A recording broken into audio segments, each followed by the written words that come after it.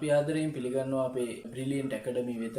ඉතින් උසස් පෙළ ලියන ආදරණීය නංගිලා මල්ලිලාට මේ වෙලාවේදී අපි තීරණය කරා අපේ ගිණුම්කරණයේ විෂය සම්බන්ධයෙන් මෙතෙක් තියෙන පසුගිය විභාග ප්‍රශ්න පත්‍ර සාකච්ඡා කරලා ඔයාලට ඒ තියෙන ගැටලු निराකරණය කරන්න අපි වීඩියෝ කිහිපයක් ඔස්සේ අපේ වැඩමුළුව අපි පවත්වන්න තීරණය කරා. මුලින්ම විභාග ප්‍රශ්නයක් විසඳන්න කලින් අපි දැනගන්න ඕනේ මේ ඉස්සෙල්ලාම මොකක්ද අහලා තියෙන ප්‍රශ්නේ කියන්න ඕනේ. ඉතින් මේකේ 2015 විභාග ප්‍රශ්න පත්‍රයට අදාළව අපෙන් අහලා තියෙනවා ඉහත අංක 1 සිට 10 දක්වා ගනුදෙනු වල බලපෑම අගයන් සහිතව ගිණුම් කරන සමීකරණය භාවිතා කරමින් පෙන්눔 කර එක් එක් අගේ ඉදිරියෙන් මේ වැඩි වේ නම් ධන ලකුණද අඩු වේ නම් ඍණ ලකුණද යන සඳහන් කිරීම. මේ සඳහා පහත ආකෘතිය භාවිතා කරන්න කියලා තියෙනවා. ඉතින් ඒගොල්ලෝ ආකෘතියක් දීලා තියෙනවා.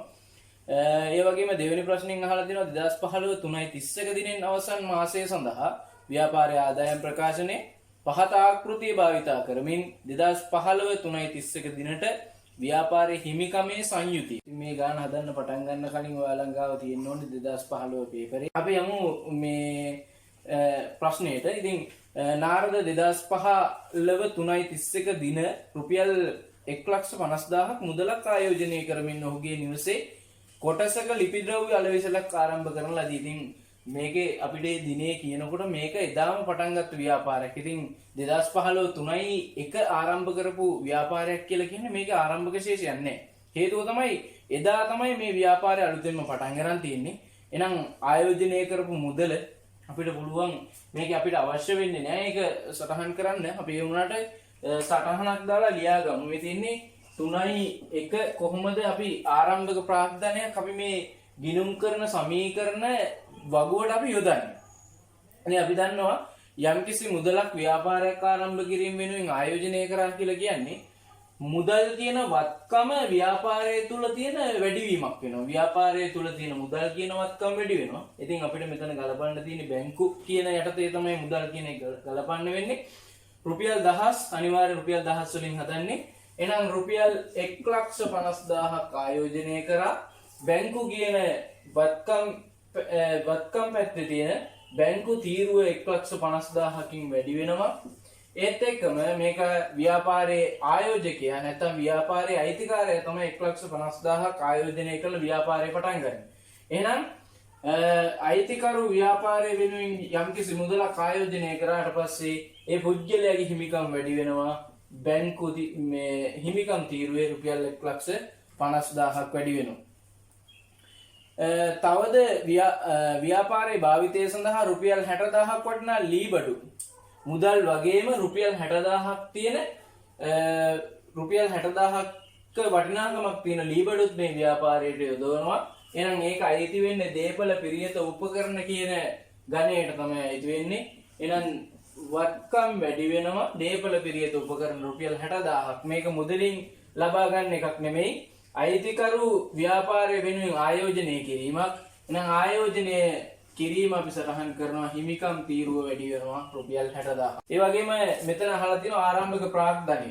කියන්නේ අපි මේ ගාණක් සුළු කරන්න යනකොට සියල්ල අපි මේකේ ගනුදෙනුව කියවන ගමන්ම ඒක සම්පූර්ණයෙන්ම ඉවර කරගන්න ඕනේ. ඉතින් ආරම්භක ප්‍රාග්ධනය අපි දන්නවා අයිතිකරු මුදලින් රුපියල් 1,50,000ක් ආයෝජනය කරනවා. ඒ වගේම රුපියල් 60,000ක ලී බඩු වලින් අරන් එනවා. ඒ කියන්නේ රුපියල්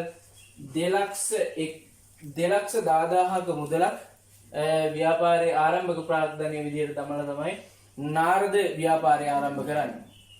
රුපියල් ගනුදෙනු අංක 1 රුපියල් ලක්ෂයක ලිපි ද්‍රව්‍ය අයිතම අත්පිට මුදලට මිලදී ගන්නා ලදී. පිට මුදලට ගැනීමක් කියලා කියන්නේ ව්‍යාපාරයේ සතු මුදල් ප්‍රමාණය අඩුවීමක් වෙනවා. ඒ වගේම ව්යාපාරයට අලුතින් තොග එකතු වෙනවා. ඉතින් මොකද්ද වෙන්න ඕනි?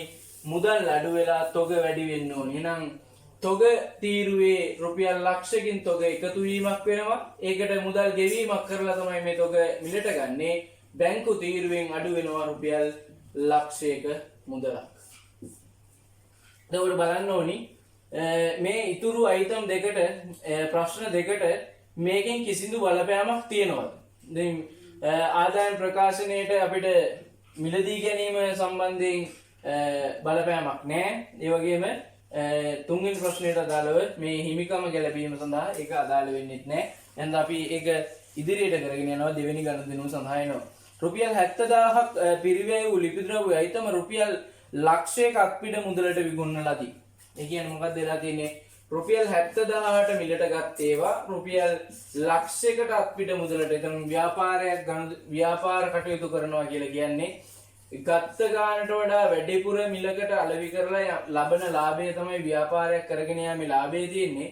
ඉතින් රුපියල් 70000ක් වටිනා භාණ්ඩ මිලට ගන්නවා. මිලට අරගෙන ඒක රුපියල් ලක්ෂයකට විකුණනවා. ඒ කියන්නේ රුපියල් 30000ක ලාභයක් එතන තියෙනවා. ඉතින් කොහොමද අපි බලමු මේ ගනුදෙනු මේ ගිණුම් කරන සමීකරණයට ගලපන්නේ කියලා. ගනුදෙනු අංක 2 යටතේ ව්‍යාපාරයේ තොග විකුණනවා කියලා කියන්නේ ව්‍යාපාරයේ සතු තොග අඩුවීමක් වෙනවා. ඒ කියන්නේ පාරිභෝගික මේ තොග ප්‍රමාණය ව්‍යාපාරයෙන් පිටතට අරන් යනවා. එහෙනම් තොග රුපියල් 70000ක් අඩු වෙනවා. මේ තොග ව්‍යාපාරයෙන් රැගෙන යන්නේ ඒ පාරිභෝගික ව්‍යාපාරයට මුදල් ලබා දීලා. එහෙනම් ඒ මුදල් බැංකු තීරුව රුපියල් ලක්ෂකින් වැඩි වෙනවා. ව්‍යාපාරයට එම තොගේ රුපියල් 70000ක් පිරිවැයක් තමයි වටින්නේ. ඉතින් රුපියල් 70000ක් තොග තීරුවෙන් අඩු වුණාට ඒ පාරිභෝගිකයෝ රුපියල් ලක්ෂයක් ගෙවලා තමයි මේ තොග ප්‍රමාණය අරන් යන්නේ. බැංකු තීරුවේ ලක්ෂයක් වැඩි වෙනවා. මේ දෙක අතර තියෙනවා පොඩි වෙනස් වීමක්. 70000ක් අඩු වෙලා වත්කම් එකතු වෙනවා රුපියල් ලක්ෂයක්. ඉතින් රුපියල් 30000ක වැඩිවීමක් තියෙනවා. මොකක්ද මේ වැඩිවීම? 70000ක බඩු රුපියල් ලක්ෂයකට රැගෙන ගියා කියලා කියන්නේ ව්‍යාපාරයේ ලාභයක් තියෙනවා රුපියල් 30000ක. ව්‍යාපාරයේ ලාභය ගන්න කරන්නේ මොන තීරුවේද? හිමිකම් තීරුව. ව්‍යාපාරයෙන් යම්කිසි ලාභයක් උපයනවා නම් ඒ ලාභය අයිතිකාරුවට ලබන හිමිකමක්. ඒ හන්දා ඒ හිමිකම් වැඩි වෙනවා රුපියල් 30000. ඉතින් දෙවෙනි ප්‍රශ්නෙට මේකේ බලපෑමක් තියෙනවා. හැබැයි මේ වගේ ගිණුම් කරන සමීකරණයේදී අපි මේ ගනුදෙනු හදද්දී අපි පෙර වැඩ කියලා වෙනම වැඩ කොටසක් කරගෙන යනවා. ඉතින් මේ වගේ ගනුදෙනුවක් ඇතුලේ අපි මේ විදිහට ලියා ගන්නවා විකුණුම් වෙනම සටහන් කර ගන්නවා, විකුණුම් පිරිවැය වෙනම සටහන් කර ගන්නවා. එයි මෙහෙම අපි මේ විදිහට කරන්නේ විකුණුම් වෙනම, විකුණුම් පිරිවැය වෙනම සටහන් කර ගන්නවා කියලා කියන්නේ ව්‍යාපාරයක මේ වගේ ගනුදෙනු විශාල ප්‍රමාණයක් වෙන්න පුළුවන්. ඒ වගේම මේ වගේ ගනුදෙනු මේ පහුගිය ප්‍රශ්න පත්‍රයට අදාළව විකුණුම් වලට අදාළව ගනුදෙනු තව ඉස්සරහට තියෙන්න පුළුවන්. අපි මේ තාම මේ ගාන කියෝගෙන යන ගමන් ඉන්නේ. ඉතින් විකුණුම් වල මේකේ එකතු අපිට මේක පැහැදිලිවම විකුණුම් කොච්චරද විකුණුම් පිරිවැය කොච්චරද කියලා අපිට ඒ ගාන කියෝගත්තම අපිට තේරුම් ගන්නවා. ඉතින් මෙතනදී දෙවෙනි ගනුදෙනු අංකයේ යටතේ ඒගොල්ලෝ පැහැදිලිවම සඳහන් කරනවා රුපියල් 70000ක පිරිවැය වූ භාණ්ඩ තමයි රුපියල් ලක්ෂයකට විකුණලා තියෙන්නේ. ඒක එහෙනම් විකුණුම් වටිනාකම රුපියල් ලක්ෂයයි, විකුණුම් පිරිවැය රුපියල් 70000යි. එහෙනම් අපි මෙතන සටහන් කරගන්නවා විකුණුම් රුපියල් ලක්ෂයක් කියලා, විකුණුම් පිරිවැය රුපියල් 70000ක් කියලා. ගනුදෙනු වල අවසානයේ වෙද්දී අපිට පුළුවන් මේ ව්‍යාපාරය ඇතුලේ මාසය තුල වෙච්ච විකුණුම් කොච්චරද, ඒ මාසය තුල වෙච්ච විකුණුම් පිරිවැය කොච්චරද කියලා හොයාගන්න. ඒකේ එකතුව අපිට ආදායම් ප්‍රකාශනයේට එක සැරේම ගැලවිය හැකියි. ඊගාව ගනුදෙනු අංක 3 රුපියල් 1,50,000ක ලිපි ද්‍රව්‍ය අයිතම ණයට මිලදී ගන්නාලදී. ඉතින් මොකද්ද මේ වෙලා තියෙන්නේ? ව්‍යාපාරයේ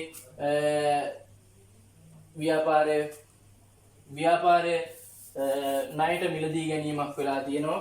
ඒ කියන්නේ ලිපි ද්‍රව්‍ය අයිතම, කියන්නේ ලිපි ද්‍රව්‍ය අලෙවි කරන ව්‍යාපාරයක් තමයි මේ ව්‍යාපාරේ ආර්ථික ව්‍යාපාරේ. ණයට මිලදී ගන්නවා රුපියල් 1,50,000ක ලිපි ද්‍රව්‍ය. මුදලින් ගත්තත් ණයට ගත්තත් ව්‍යාපාරයේ තොග වැඩිවීම අනිවාර්යයි.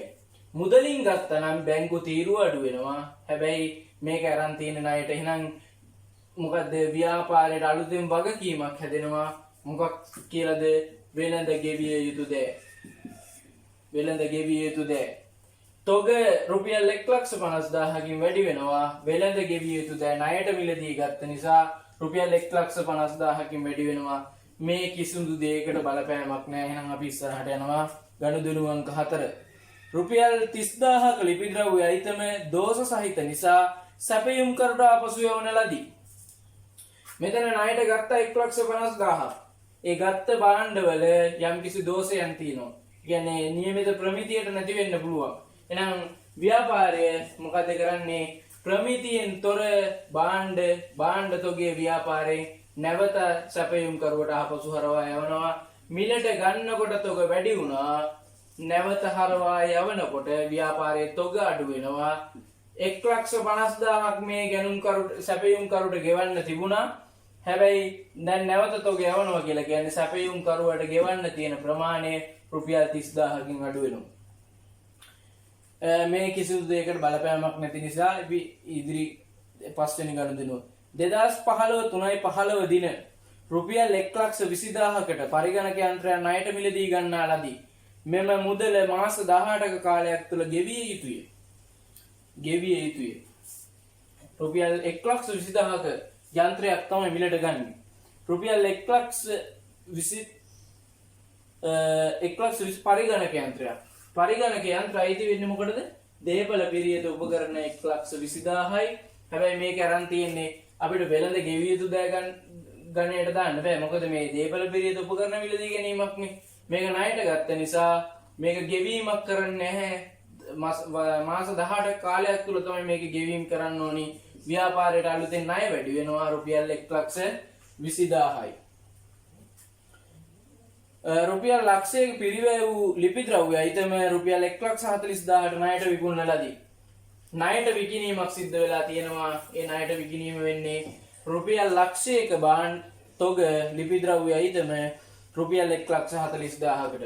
කියන්නේ ණයට විකිණීම තුල රුපියල් 40,000ක ලාභයක් තියෙනවා. තොග අඩු වෙනවා රුපියල් ලක්ෂයක තොග අඩු වෙනවා ව්‍යාපාරයේ තොග. හැබැයි මේ වෙද්දී මුදලින් නෙමෙයි මේක විකුණලා තින්නේ ණයට. එහෙනම් ණයට විකුණනවා කියලා කියන්නේ වෙළඳ ගෙවිය යුතු දෑ රුපියල් 1,40,000කින්. රුපියල් 1,40,000කින් වෙළඳ ගෙවිය යුතු දෑ වැඩි වෙනවා. කියන්නේ විකුණුම් මිලට 1,40,000යි විකුණුම් මිල. ඒ හා සමානව වෙළඳ ගෙවිය යුතු දෑ වැඩි වෙනවා. මෙතන තියෙන ලාභය ලක්ෂයක බාණ්ඩ 1,40,000ට විකුණනා කියලා කියන්නේ රුපියල් 40,000ක ලාභයක් තියෙනවා. ඒ ලාභය වැඩි වීම අපි හිමිකමට ගැලපීම් කරනවා. ඉතින් මං කිව්වා වගේ පෙර වැඩවලද අපිට විකුණුමක් සම්බන්ධයෙන් ගනුදෙනුවක් ඇවිල්ලා තියෙන්නේ. විකුණුම් ආදායම් ප්‍රකාශනයට බලපානවා. මෙතන විකුණුම් වටිනාකම 1,40,000යි. මෙහි විකුණුම් පිරිවැය රුපියල් ලක්ෂය. අපි ඒක පෙර වැඩ යටතේ පැත්තක සටහන් කරගන්නවා. රුපියල් 15,000ක කාර්යාල සහකරුගේ මාසික වැටුප ගෙවන ලදී. මාසික වැටුප මුදලින් ගෙවනවා. එහෙනම් මුදලින් ගෙවනකොට බැංකු තීරුව අඩු වෙනවා. රුපියල් 15,000කින් බැංකු තීරුව අඩු වෙනවා. මේක වියදමක්. අපිට වියදම් විශේෂ තීරුවක් නැහැ. එහෙනම් වියදම් අපිට සටහන් කරන්න වෙන්නේ හිමිකම් තීරුව අඩුවීමක් විදිහට අපිට සටහන් කරන්න වෙනවා. නාරදගේ පෞද්ගලික භාවිතයට රුපියල් 30,000ක් ව්‍යාපාරයෙන් ලබා ගන්නා ලදී. නාරද තමයි ව්‍යාපාරයේ අයිතිකරු.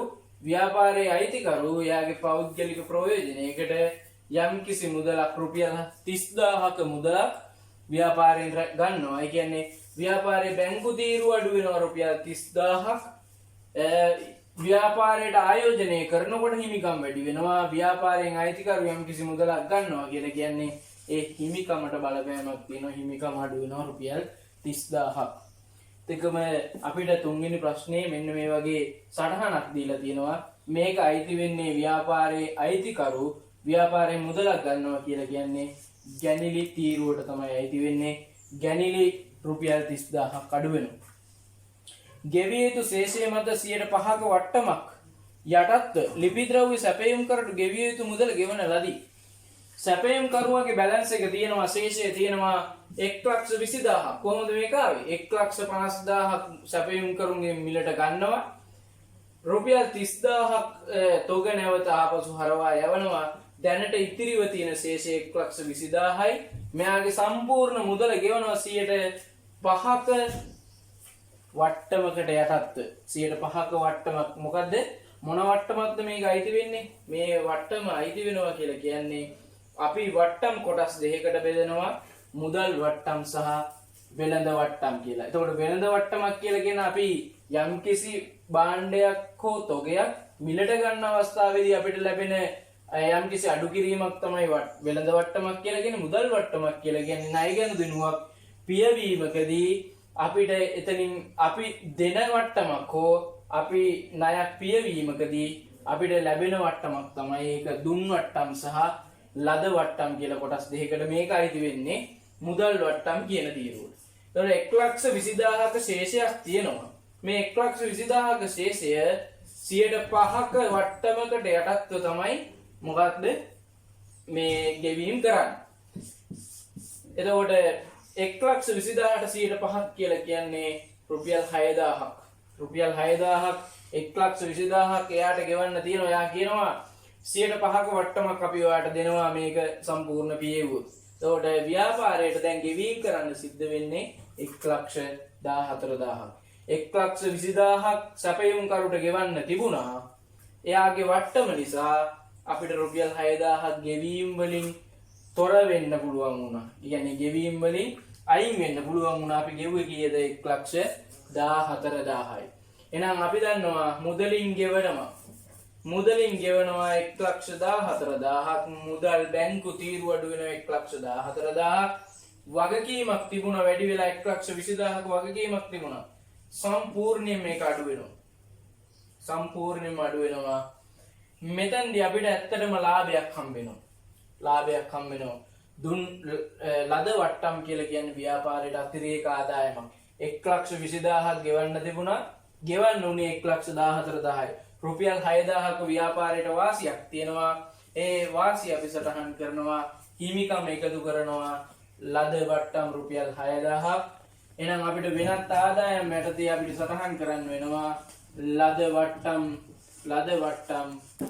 වට්ටම් රුපියල් කීයක් තියෙනවද? රුපියල් 6,000ක් තියෙනවා. ගනුදෙනු අංක 10 5%ක වට්ටමක් අඩු කිරීමෙන් පසුව ණයගැතියන්ගෙන් ලැබිය යුතු මුදල ලබා ගන්නා ලදී. සැපයීම් කරුගෙන් අපිට වට්ටමක් හම්බුණා වගේම අපේ ණයට ගත්ත ගනුදෙනු කරුවන්ටත් ව්‍යාපාරයේ විදිහට වට්ටමක් දෙනවා. එතකොට අපි ව්‍යාපාරයක් විදිහට නාරද ව්‍යාපාරය තුලදී ණයට විකුණපු ගනුදෙනු කරුවන්ට නාරද විසින් දෙනවා 5%ක වට්ටමක්. එතකොට බලන්න ඕනේ අපිට ව්‍යාපාරේ නාරදගේ ව්‍යාපාරේ ණය ගනුදෙනු කරුව කොච්චරක් ඉන්නවද? වෙළඳ ගෙවිය යුතු දෑ තීරුවේ 1,40,000ක ශේෂයක් තියෙනවා.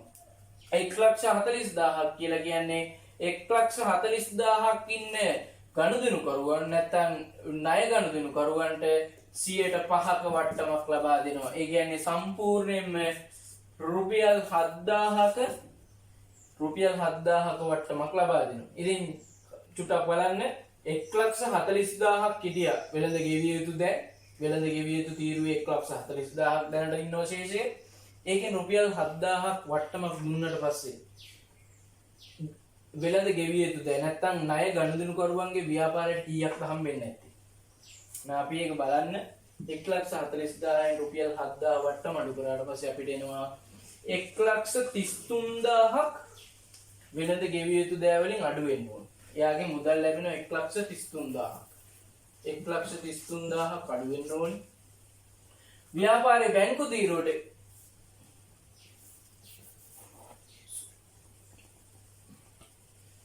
වට්ටමකුත් සමග 1,40,000 සම්පූර්ණයෙන් පියව ගන්නවා. එහෙනම් වෙළඳ ගෙවිය යුතු දෑ තීරුවෙන් 1,40,000ක් අඩු වෙනවා. 1,40,000ක ශේෂයක්ම දැන් ව්‍යාපාරයට ලැබෙන්නේ නැහැ. මොකද ව්‍යාපාරයේ නාරද විසින් ලබා දෙන 5%ක වට්ටමක් එකෙන් රුපියල් 7,000ක්. එහෙනම් රුපියල් 7,000 අඩු වුණාට පස්සේ බැංකු තීරුවට අපිට 1,40,000ක් හම්බෙන්න තියෙනවා. ව්‍යාපාරයේ විසින් 5%ක වට්ටමක් ලබා දෙනවා. ඒ කියන්නේ රුපියල් 7,000ක් අඩු කරලා තමයි ගන්නෙ. නම් ගනුදෙනු කරුවෝ කීයක්ද ගෙවන්නේ නැත්තේ?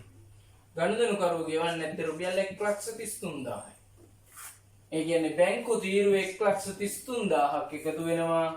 ව්‍යාපාරයට මේක පාඩුවක්. 1,40,000ක් හම්බෙන්න තියෙනවා. ව්‍යාපාරයේ වට්ටම දීපු නිසා ව්‍යාපාරයට හම්බෙන්නේ 1,33,000යි. ඒ කියන්නේ පාඩුවක් තියෙනවා රුපියල් 7,000ක පාඩුවක් තියෙනවා.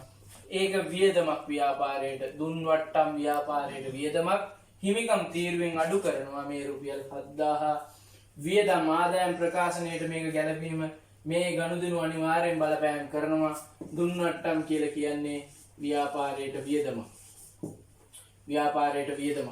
ඒ වියදම අපි සටහන් කරනවා රුපියල් 7,000ක්. ඒ වගේම ගනුදෙනුවක් මේ වැටුප් ගෙවලා තිබුණා. වැටුප් ගෙවලා තිබුණා රුපියල් 15000ක්. ඒකත් අපි සටහන් කරගන්න. අතිරේක තොරතුරු. දැන් සම්පූර්ණ මේ ගනුදෙනු ඉවරයි. දැනට මේ ගනුදෙනු සම්පූර්ණයෙන්ම ඉවර කරලා තියෙන්නේ. මොකද පළවෙනි ප්‍රශ්නෙට අදාළව ගනුදෙනු අංක 1 සිට 10 දක්වා තියෙන ගනුදෙනු ටික තමයි මේ ගිණුම් කරන සමීකරණයට මේ සටහන් කරන්න තිබුණේ. එතකොට දැන් පළවෙනි ප්‍රශ්නේ සම්පූර්ණයෙන්ම අපිට සම්පූර්ණයෙන්ම ඉවර කරලා තියෙන්නේ. දැන් ඊට පස්සේ දෙවෙනි එකට. එහෙනම් අතිරේක තොරතුරු අනිවාර්යෙන් බලපෑම් කරලා තියෙනවා. 2015 මාර්තු මාසය සඳහා රුපියල් 3000ක් වූ ව්‍යාපාරයේ දුරකථන ගාස්තු බිල 2015 4.2. ඒ කියන්නේ මාර්තු මාසයේ තමයි අපි මේ ගනුදෙනු සටහන් කරන්නේ. මාර්තු මාසයේ ගනුදෙනු සටහන් කරනකොට මාර්තු මාසයට අදාළ බිලක් ව්‍යාපාරයට ලැබෙන්නේ අප්‍රේල් මාසේ 4.2. 4 වෙනි මාසේ දෙවෙනිදා තමයි ව්‍යාපාරයට ලැබෙන්නේ. ඒක මොන බිලක්ද? මේක අපි කියනවා උපචිත බිලක් කියලා. ඒ කියන්නේ ව්‍යාපාරයේ දන්නේ නැහැ මාර්තු මාසයේ අවසාන වෙන තෙක්ම ව්‍යාපාරයේ විදුලි බිල කොච්චරද කියලා. එතකොට මේ දුරකථන ගාස්තු බිල කොච්චරද කියලා. එතකොට මේ දුරකථන ගාස්තු බිල එනවා රුපියල් කීයක්ද? රුපියල් 3000ක් දුරකථන ගාස්තු බිල එනවා. අපි ඒක දැන් මෙතන සටහන් කරන්න බෑ. මොකද මේකේ ප්‍රශ්නයට අදාළව තියෙන්නේ 1 සිට 10 දක්වා ගනුදෙනු සටහන් කරන්න විතරයිනේ. එතකොට මෙතනට බලපෑමක් නැහැ. හැබැයි ව්‍යාපාර ආදායම් ප්‍රකාශනයේට මේක ඍජු බලපෑමක් කරනවා. මොකද දුරකථන ගාස්තු කියලා කියන්නේ ව්‍යාපාරයට වියදමක්. ඒ වියදම අපි සටහන් කරගන්නවා දුරකථන ගාස්තු. දුරකථන ගාස්තු රුපියල් 3000යි. ඒත් එක්කම තියෙනවා ව්‍යාපාරයේ දේපල පෙරියත සහ උපකරණ වාර්ෂිකව 120 බැගින් සරල මාර්ග ක්‍රමයට ෂෙයා කළ යුතුයි. ෂෙයා කරන්න වෙනවා. එහෙනම් අපිට මේක ෂෙයා කරන්න වෙන්නේ කොටස් දෙකකට. හේතුව තමයි මේ මාසයේ ආරම්භයේදීම අයිතිකරු ව්‍යාපාරයට යොදවනවා ලීබඩු. ලීබඩු මේ රුපියල් 60000ක ලීබඩු ව්‍යාපාරයට ආරම්භයේදීම යොදවනවා. එතකොට අපි ඒක සටහන් කරගන්න ඕනි. දේපල පිරිත ෂෙයා රුපියල් 60000කට වෙනම ෂෙයා ගලපන්න ඕනි. මේ 60000ට අපි ෂෙයා ගලපනවා 100ට 20 බැගින් ෂෙයා කරන්න කියලා කියන්නේ. එහෙනම් මේක 100ට 20ක් ගත්තට පස්සේ අපිට එනවා අවුරුද්දකට ෂෙයා කරනවා කීයක්ද? රුපියල් 12000ක්. මේක හැබැයි අපි හදන්නේ අවසන් මාසය සඳහා. එහෙනම් අවුරුද්දකට 12000ක් තිබුණාට අපිට 12000 මෙතනට ගලපන්න බෑ. හේතුව මේක අපි අවුරුද්දකට හදන ආදායම් ප්‍රකාශනයක් නෙමෙයි. අපි මේක මාසයකට හදන්න ඕනි. එහෙනම් අවුරුද්දේ ෂෙයා ප්‍රමාණය 12න් බෙදලා මාසයකට අදාළ ලීබඩු උපකරණ ෂෙයා ලීබඩු උපකරණ අපි සටහන් කරනවා 1000ක් කියලා. ඒ වගේම 1,20,000 පරිගණක යන්ත්‍රයක් ගන්නවා. පරිගණක යන්ත්‍රය ගන්නේ කවදද මේක ගන්න? අපිට මේ දිනේ සෑහෙන වැදගත් වෙනවා මාර්තු 15. ඒ කියන්නේ මාසයකටත් අපිට සටහන් කරන්න බෑ. මේක මාස භාගයකට තමයි සටහන් කරන්නේ. දැන් අපි ඉස්සෙල්ලා බලමු 120 බැගින් මේක ෂෙයා වුණාට පස්සේ වාර්ෂිකව ෂෙයා වෙන්න ඕනි කොච්චරක්ද? රුපියල් 24000ක් වර්ෂයකට ෂෙයා වෙන්න ඕනි. ඒක ෂෙයා වුණාම අපි මේක 12න් බෙදලා මාසයකට අදාළව හොයා ගන්නවා. මාසයකට රුපියල් 2000යි. මේ රුපියල් 2000 අපිට 2000ක් විදිහට දාන්න බෑ. මොකද අපිට මේ මාසෙට අදාළ වෙන ප්‍රමාණය තමයි ආදායම් ප්‍රකාශනයේ සටහන් කරන්න වෙන්නේ. එතකොට මේ රුපියල් 2000ක් තියෙනවා. 2000 සටහන් කරන්න බෑ මේ මුළු මාසයකට. මේක මාස භාගයකට නිසා අපි පරිගණක යන්ත්‍ර ෂෙයා කියලා දාන්න වෙන්නේ කොච්චරක්ද? රුපියල් 2000ක් තියෙන මාසෙට. හැබැයි අපිට දාන්න ඕනි මාස භාගයකට. එහෙනම් එක මාසයකට එන්නේ රුපියල් 1000යි. දැන් සම්පූර්ණයෙන්ම මේ ගනුදෙනු ටික සටහන් කරලා ඉවරයි. අපි එනවා පෙරවැඩ තීරුවේ විකුණුම් කොච්චරක් තියෙනවද? විකුණුම් 2,40,000යි. ඒ 2,40,000 විකුණුම් පිරිවැය 1,70,000යි. අපිට මෙතන සටහන් කරන්න පුළුවන් විකුණුම් කොච්චරද? 2,40,000යි. විකුණුම් පිරිවැය 1,70,000යි. ව්‍යාපාරයේ දල ලාභය එනවා කීයක්ද? රුපියල් 70,000ක දල ලාභයක් තියෙනවා. රුපියල් 70,000ක දල ලාභයක් තියෙනවා.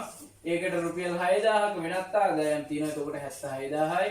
මෙතන වියදම් ටික සියල්ල එකතු කරනවා දුන්නට්ටම් 10යි 25යි 27යි 27ක් අඩු කරාට පස්සේ ව්‍යාපාරයේ දල ලාභ වෙනවා. සුද්ධ ලාභ වෙනවා කීයද? 9යි 6 මේක අපි දානවා ආරම්භක ප්‍රාග්ධනයේ 2,10,000යි කාලච්ඡේදයේ ලාභය රුපියල් 49යි ගැන්ලි අඩු කරා 2,10,000න් 49ක් එකතු කරලා 30,000ක් අඩු කරාට පස්සේ එනවා 2,29,000. ඉතින් 2015 ගිණුම් කරන සමීකරණයේ පළවෙනි පාඩමට අදාළව තියෙන මේ පහුගිය ප්‍රශ්න පත්‍රයේ 2015 ප්‍රශ්න පත්‍රයේ අදාළ ගැළපීම කරන විදිහ අපි සාකච්ඡා කරා. ඉතින් 2016 මේ ගිණුම් කරන සමීකරණයට අදාළව තියෙන ප්‍රශ්නයත් එක්ක අපි ඊළඟ වීඩියෝ එකකින් හමු වෙනවා. ඉතින් ඔයාලට යම්කිසි දැනුමක් ලැබුණා කියලා හිතනවා නම් අපේ YouTube channel එක subscribe කරන්න. ඒ වගේම අනිත් යාළුවන්ටත් බලන්න share කරන්න. ඉතින් අපි නැවත හම්බෙමු Brilliance Academy විදිහින් 2016 ප්‍රශ්න පත්‍රය සාකච්ඡා කරන්න.